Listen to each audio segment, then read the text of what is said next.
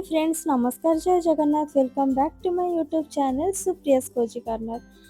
आज आउ गोटे नुआ रेसिपी सहित मुझे आपन पाखक आसी। रेसिपीटा हूँ पम्फ्रेट फिश तावा फ्राए, जोटा को आप आज ए स्टार्टर भी सर्व करेंगे, मेन कोर्स रे भी आप सर्व करेंगे। तो चलते स्टार्ट करवा आज रेसिपी। जो मैंने मो चैनल को नुआ सब्सक्राइब करने को जमा भी भूलें। तो पम्फ्रेट फिश तावा फ्राए पे मुझे देखूँ चारिटा मीडियम साइज पम्फ्रेट फिश को नहीं जाइए, भल भाव में आप धोईदेवे। तापर मुझे देखते छुरी टे कट लगे दूसरी, जेहेतु यहाँ मीडियम साइज पम्फ्रेट अच्छी तो मुझे दुईटा कट मारुची। आपंकर जदि बिगर साइज अच्छी तो ये तीन टा कट ही देवे। एबे आमे फिश को मैरिनेशन करदेबा। देखो सबू फिश रे मु कट मार सारा पर मैरिनेशन पे मु प्रथमे टिके लुण नेली, स्वाद हिसाब से आप लुण नेबे। आ टिके हळदी गुंड क्वांटिटी टिके अधिक रखिए। ता सहित आपण टिके लंका गुंड आउ मु एठी टिके तंदूर मसला नेछि, जोटा कि माने फिश जेतेबेले फ्राए हबो टिके तंदूर फ्लेवर आसिले बहुत बढ़िया लगी था। तो ता सहित मु गोटे चमच अदा रसुण पेस्ट आउ टिके सोरिष तेल नेछि, आ गोटे फाळ लेंबू को चिपुड़ी तार रस नहीं जाइछि। बस सेतिकी ही मसला हमको दरकार। एबे सबू मसला को भल भाव में गोलेकी आपण पूरा भलसे जमती फिश सहित से लागिबो, तो एपट सेपट करिकी आपण से हिसाब रे गोलेबे।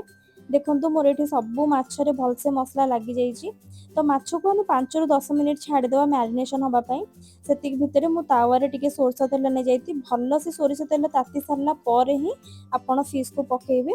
देखंतु मोर फिश रे भलसे मैरिनेशन पूरा लगी जाइछि। फिश पकेला बेले आपण गैस रो फ्लेम को लो टू मीडियम रखिबे, अत्यधिक माने हाई रखिबेनी गैस रो फ्लेम को। और देखंतु आराम से गोटे पर गोटे फिश टिके छाड़ी छाड़ी की ही पकेइबे, नहीं तो फिश लागी गले ताको उल्टेला बेले टिके प्रॉब्लम होई थाए। आउ सब फिश पकई सारा पर देखंतु जहाँ भी मैरिनेशन बळीची मु से सब को टिके टिके फिश ऊपर दे दोउची, काहेकि ना सेही मसलाटारे ही फ्लेवर आसीबो हमर पम्फ्रेट फिश रो। सेतिबे मु टिके टिके मसला सबुथिरे दे देली।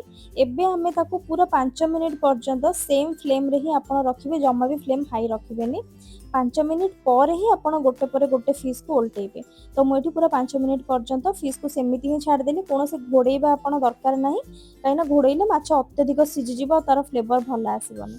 देखो ये मोर 5 मिनिट सीझी गला, माने माछ पूरा भलसे हो गला।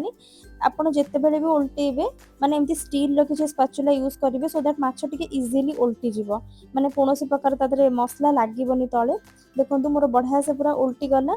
आउ उल्टी सारा पर आपन को जदि लागुची कि जदि टिके तेल कम कम अच्छी माने तावारे, तो सेठी आपण आ टिके सोरिष तेल दे पारे। बट मते लागिला कि मोर माने तेल सेतिक रे हेई जीवो, सेति मु आउ गोटे पट साइड को भी सेम 5 मिनिट पर्यंत छाड़ी देली।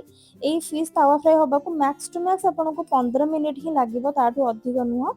तो आपण एमती उल्टे की धीरे धीरे आपण भलसे पूरा ताको टिके क्रिस्पी होबा पर्यंत छाड़ी देबे।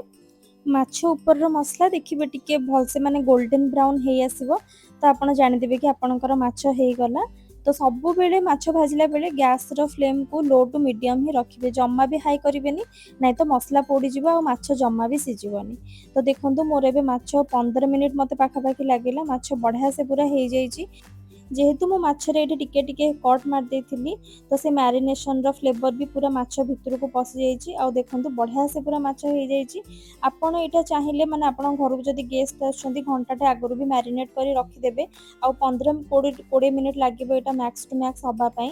आपण एटा एज अ स्टार्टर भी सेमान को सर्व करि परिबे। आपन को जदि रेसिपी भल लागिथिबो निहाती घरे ट्राई करिवे, आ मते कमेंट रे जणेबे रेसिपी केमिति लागिला। मो चैनल को जदि नुआ आछंती सब्सक्राइब करबा को जम्मा भी भूलिबेनी। देखंतु माछ भितरु पूरा जोसी अछि आ ऊपर पूरा क्रिस्पी अछि। आपण निहाती थरे ए रेसिपी को ट्राई करंतु।